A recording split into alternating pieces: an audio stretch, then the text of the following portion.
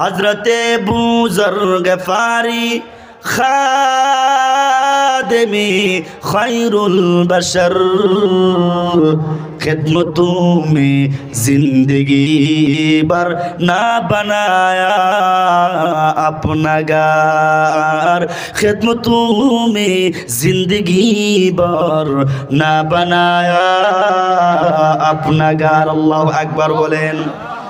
নবীর সাহাবী আবু যর মরুভূমির প্রান্তরে নিজের কবর হইছে, একটা ঘর বানায় নাই, বাড়ি বানায় নাই। কি দরকার? ইয়াউমা লা ইয়ানফাউ মাল,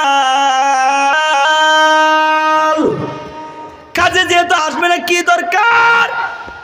আরে শুধু তা না, নবীর কিছু এমন উম্মত বার হইছে যারা আল্লাহর প্রেমে পাগল হইয়া দুনিয়ার ধনমাল সব ছেড়ে দিছে, কারণ কলব পাক হওয়ার দরকার। কোরআনের মাহফিল, আজকের এই সমাবেশ, আজকের এই কোরআনের মজলিস, এই জায়গা পরিষ্কার করার জায়গা, জোরে কণ্ঠে কিনা?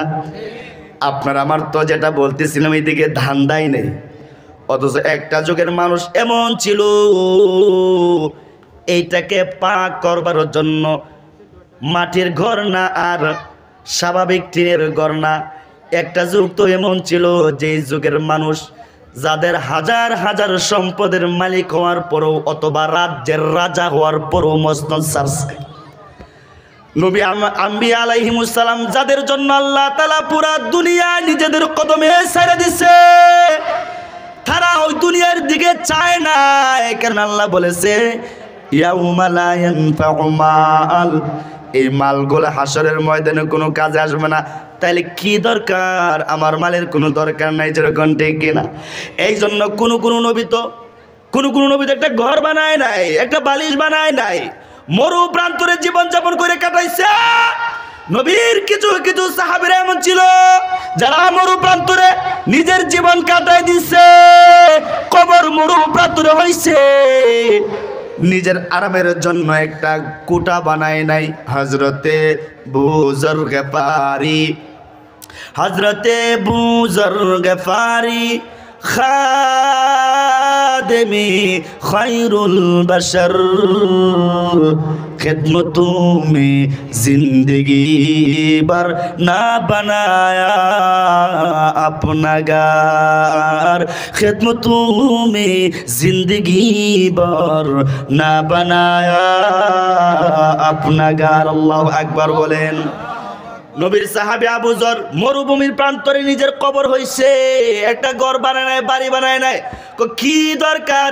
ইয়াউমা লা ইয়ানফাউ মাল, কাজে যেহেতু আসবে না, কি দরকার?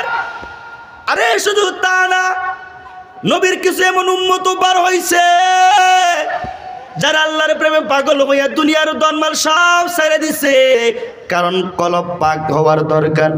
ওই যে ইমামে আজম ইমামে আবু হানিফা রাহমাতুল্লাহ আলাইহির যুগের ওয়াকা, ইরাকের বলকের বাদশাহ ইব্রাহিম বিন আদহাম, কত বড় বাদশাহ, স্বর্ণের চামচ দিয়া যে খাবার খেত, আল্লাহু আকবার কোন, কত বড় বাদশাহ, যার বসার চেয়ার ছিল স্বর্ণের, ঘুমাইতো স্বর্ণের পালং, দালান কোটা অট্টালিকার মধ্যে ঘুমায়।